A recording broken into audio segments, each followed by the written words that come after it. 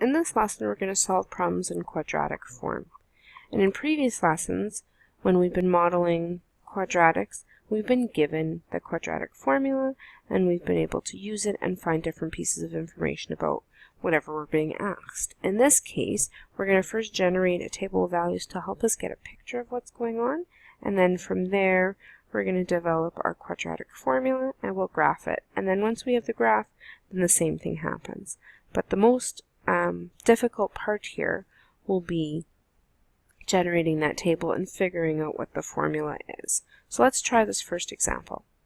It says the members of a Ukrainian church hold a fundraiser every Friday night in the summer. They usually charge $6 for a plate of pierogies. They know from previous Fridays that 120 plates of pierogies can be sold at the $6 price, but for each $1 price increase, 10 fewer plates will be sold. What should the members charge if they want to raise as much money as they can for the church? And then B says, how many plates will the church have to sell to maximize their revenue? Now that word maximize, because our quadratic has a maximum, right? That maximized point is going to be our vertex. Some of the questions are going to say minimize, same idea. That minimum value is going to be located here and then within the context of whatever we're figuring out.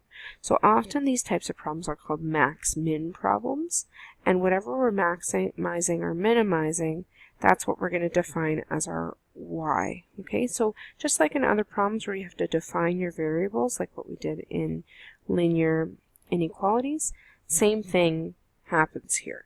So let's let our y be equal to the revenue, because that's what we're trying to maximize. What does it mean by revenue? Revenue is the amount of money that you're taking in, right? Not the amount of money you're making, because the amount of money you're making would be your profit, which is a little bit different. This is just your revenue. And your revenue is generated by taking the number of plates and multiplying that by the price per plate.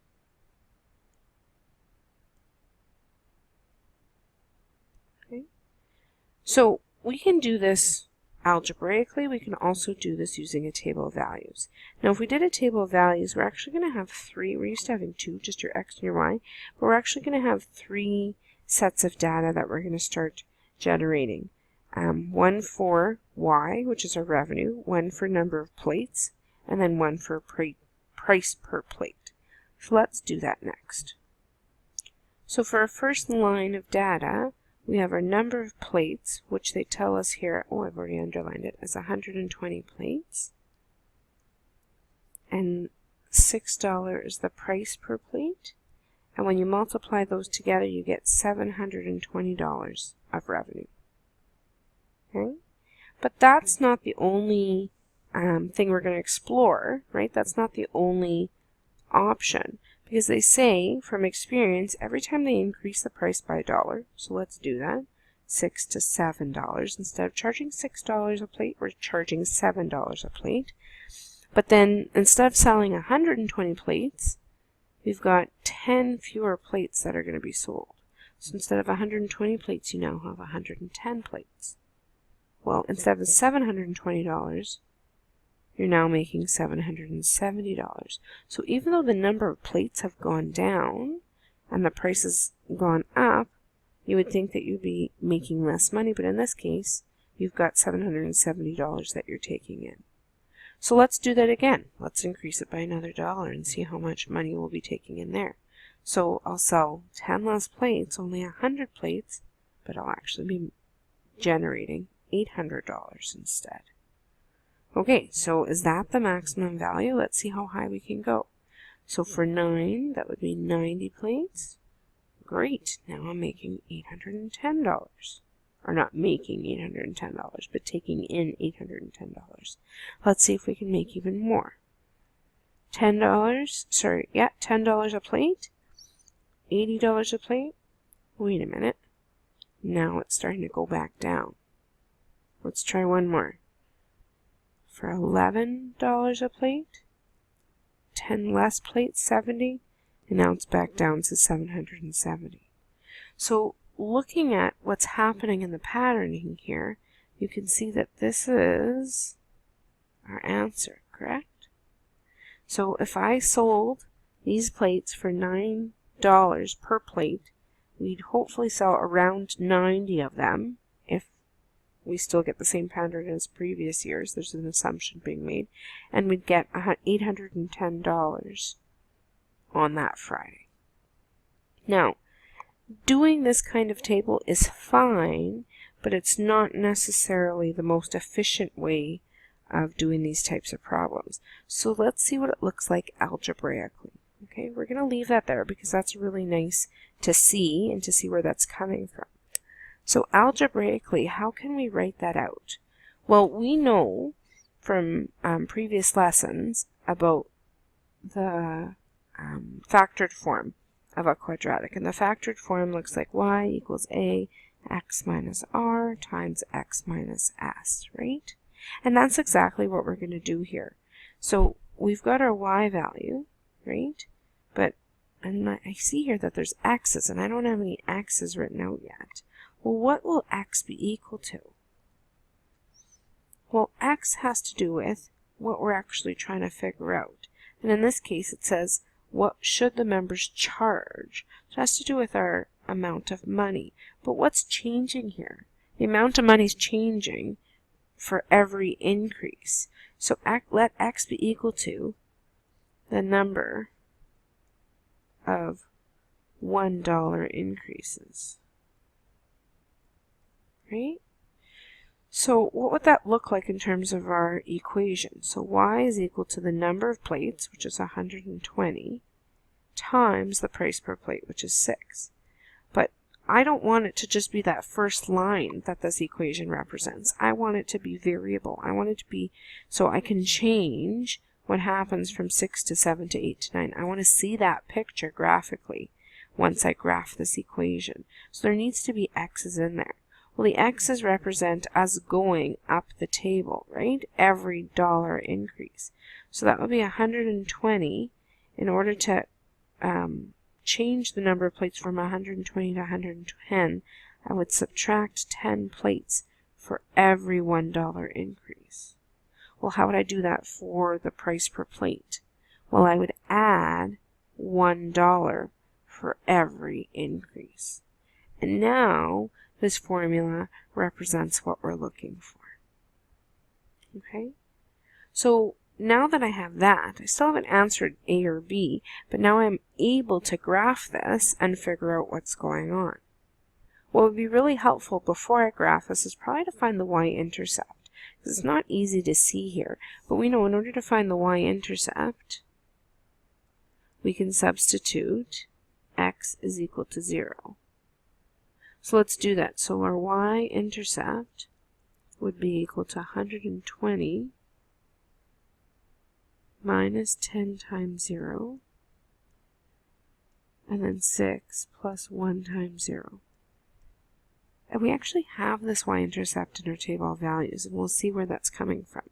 So that would end up just being 120 times 6. Well, 120 times 6 is 720, and that is the very first line in our table, right? That's this line right here. So why does that make sense that that's our y-intercept? Well, that's because that's our starting point. We've had 0 $1 increases. That's our starting point. Okay? So, putting this in my calculator, take out my graphing calculator here, I can go into y equals and put in 120 minus 10x times 6 plus 1x, which is plus x.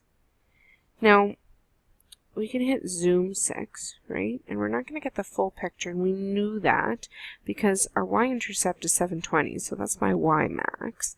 And I'm only dealing with the first quadrant. So if I go in here and I change my x minimum, let's just change it to -2. I don't like changing it to 0 in case something's happening along that axis. It's kind of hard to see. And my y min to -2. Now, because this is a maximum, I know if 720 is my starting point, it's going to go higher than that. So how much higher? Well, we knew that from our table that it went up to 810. Let's just change this to like 900 or 1,000, something like that, so we get the full picture. Now my X max is a little bit trickier.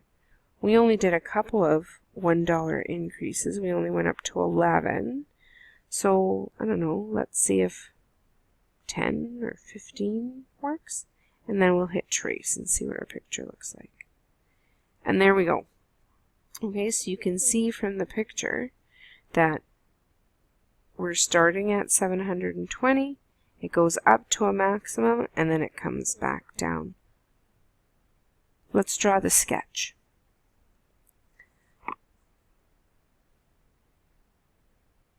Oh, I'm on green.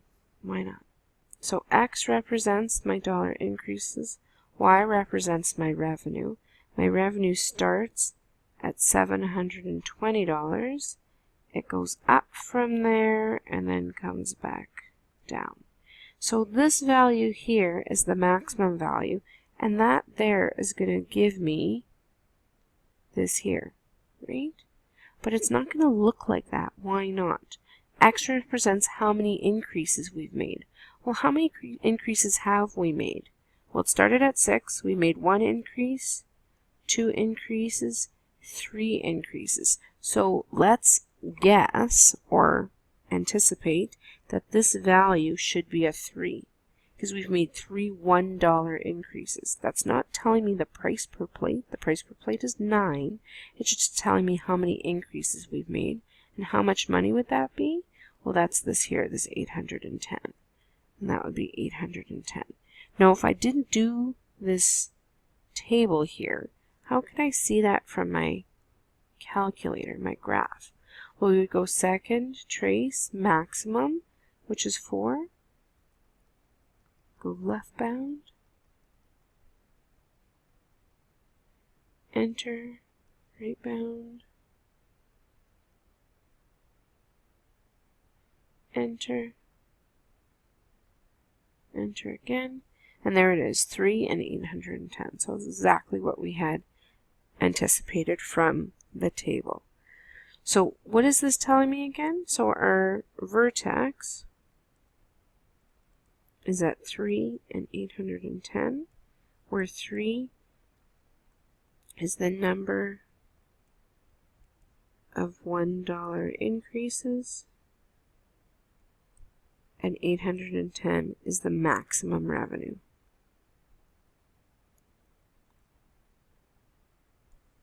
So for A, when they're asking us, what should the members charge?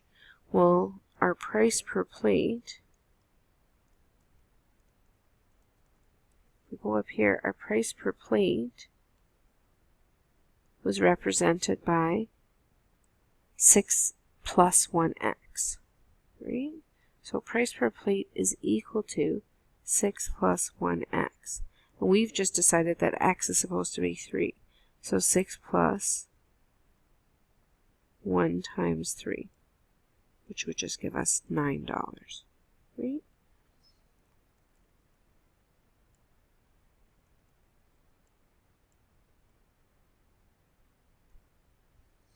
And for B,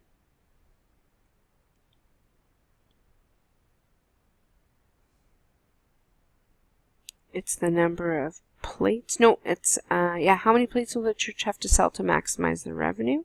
And the number of plates is equal to 120 minus 10x. Right? So we've got 120 minus 10 times 3, which would be 120 minus 30, which is 90 plates.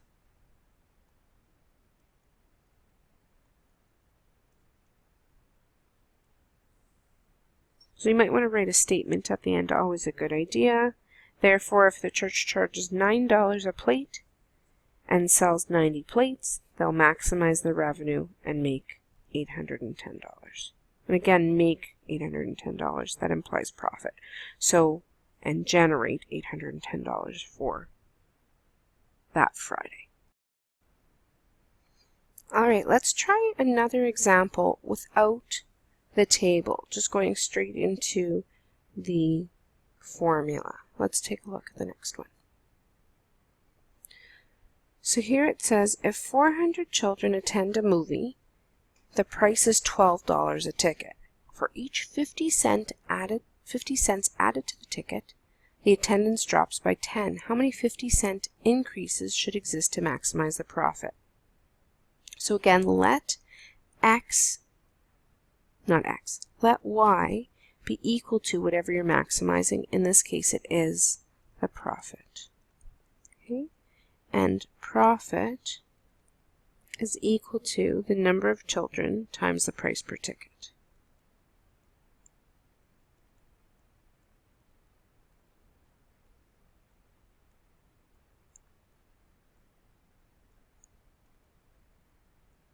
Right? Because if you were to figure out the amount of money you needed to spend, or the amount of money you're going to take in, $12 is one ticket multiplied by the number of tickets that you're buying, right? In this case, the tickets are the number of children, right?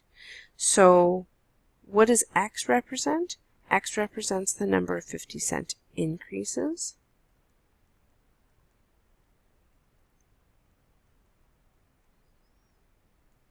That's a $50 increase. That's a lot of money. 50-cent increases. So how do we change this into an equation of not words, but numbers? So Y is our profit. Our number of children, we're going to look at our starting point. The price per ticket, let's look at our starting point. So our starting point for number of children is 400. The starting point for the price per ticket is $12. How does this change? So we're exploring what happens with every 50 cents added to the ticket. So I'm going to do that under this set of brackets. You've got to keep your sets of brackets separate.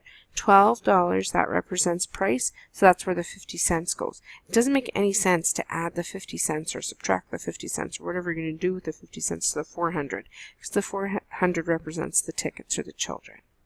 So it's a 50-cent increase, so I'm going to add 50 cents. Now you're going to not add 50 cents like that, because that represents $50. So you're going to add 0.50 for every increase. Okay, every time we go up in the table. What's going to happen to the amount of tickets sold? It says that 400 children attend, attendance drops by 10. So subtract 10x. And it's really important that those x's are there. There you go. How do we get our y-intercept from there? Let x equal to 0 and solve for your y-intercept.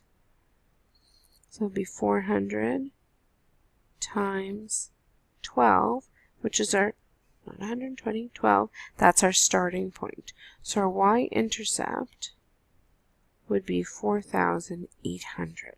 Really useful for setting your window on your calculator.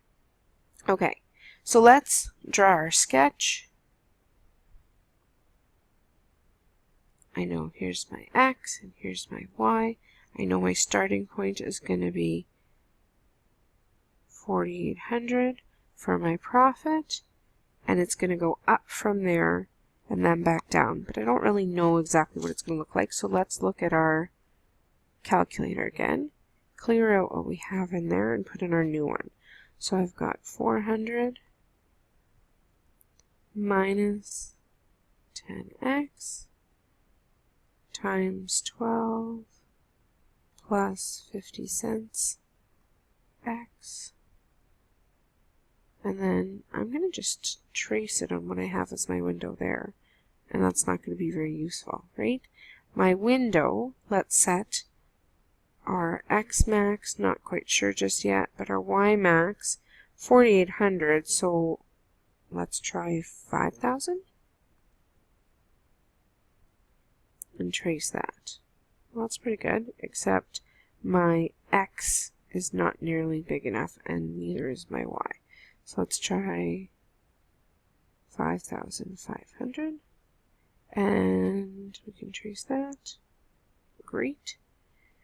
But our x max needs to be much bigger. So bigger than 15. What if we do 50? Nice. Okay, and we can see our graph looks very much like our previous one. We go up and come back down. It is a maximum, so we probably could have drawn it beforehand. Move my vertex so it's actually on my graph. Okay, so what is this value? How many increases and what's the maximum? So let's go second trace. Maximum is 4, left bound and right bound.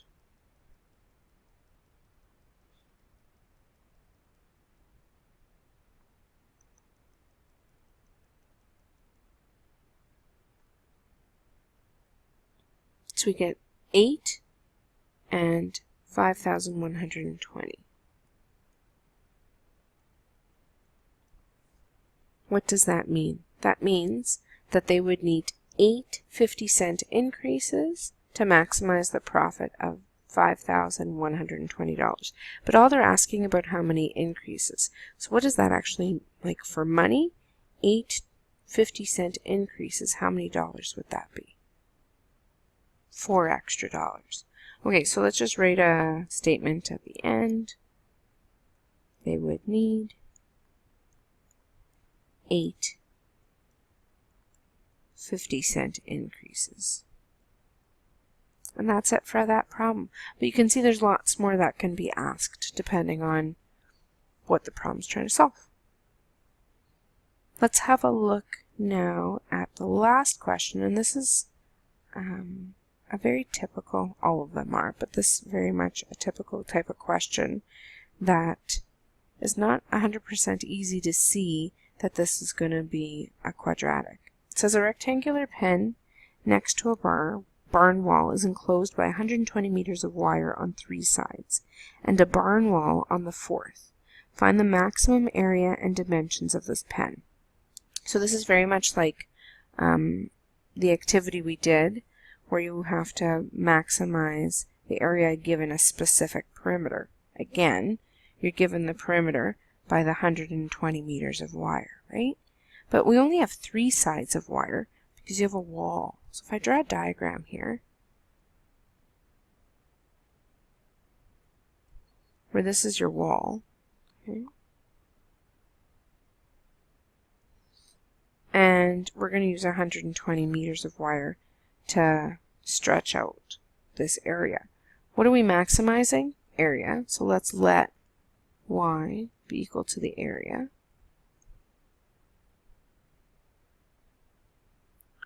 $120 meters.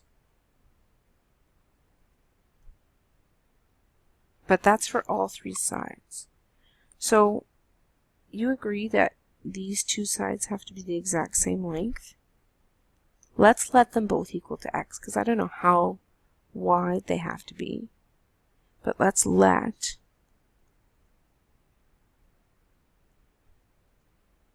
x equal to our width. So if x is our width, which I've just drawn in my diagrams, then this length is not going to be 120, but it's going to be 120 less those other 2 sides. And I can actually combine those to be minus 2x.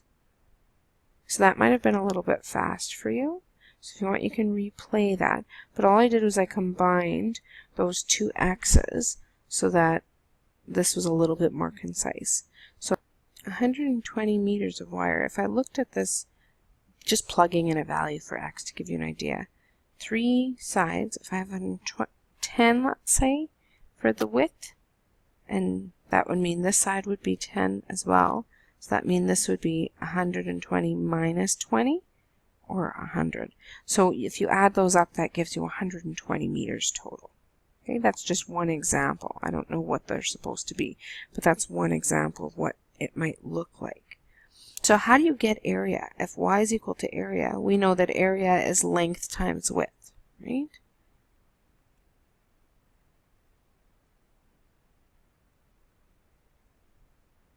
or width times length. It doesn't really matter, does it? If you switch those, would that be the same as width times length? It sure would be. Okay, it doesn't really matter. So if y is equal to area and x is equal to width, well, this is my width, this is my length, so I can multiply those together. So y is equal to length. I'm going to actually write width first just for the sake of this problem.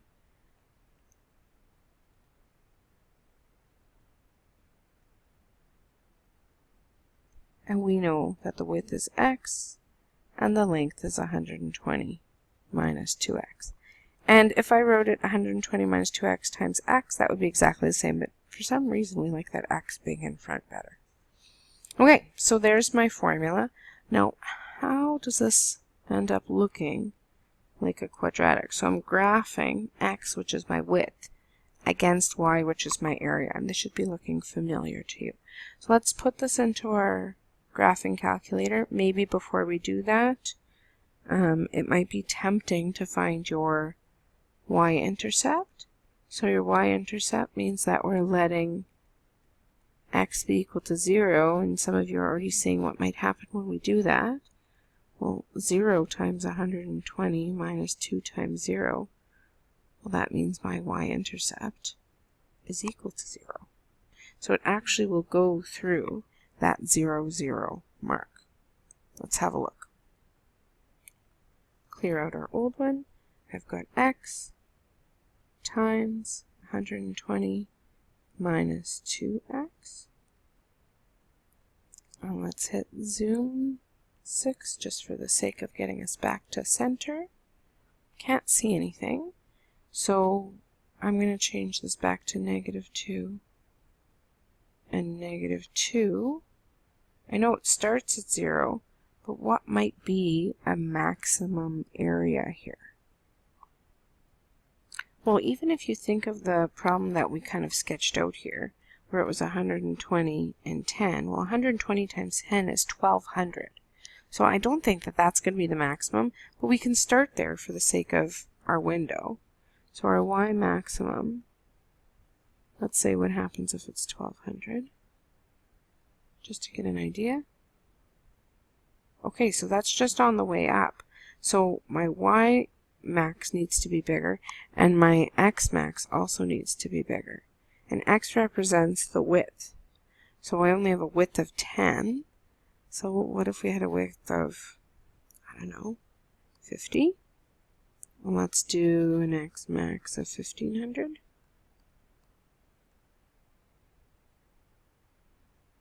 Okay, better. Try again. Let's make our x max 60 and our y max 2000. Beautiful.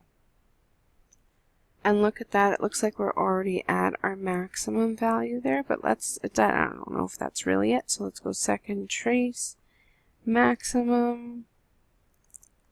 It's probably close anyways. Enter. Go to the other side. Can't assume, right? Enter, enter again. Oh, and good thing we didn't assume because that actually changed. So 30 and 1800. So graphing that, our maximum is at 30 and 1800. What does that mean? Well, that means that we've got a width of 30 meters, giving us a maximum area of 1800, and don't forget, because it's area, it would be meters squared. Okay, but they're asking for the maximum area and the dimensions. When they say dimensions, they're saying what is the width and the length. Well, we know the width already. We just need to figure out the length. So if the width is 30 meters, the length, we know that that width represented by the x, right? So the length is represented by 120 minus 2x. So 120 minus 2x, 120 minus 2 times 30, so 120 minus 60, which would give you 60. So a length of 60 meters and a width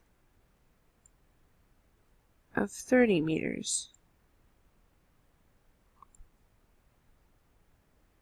would maximize the area. Oops.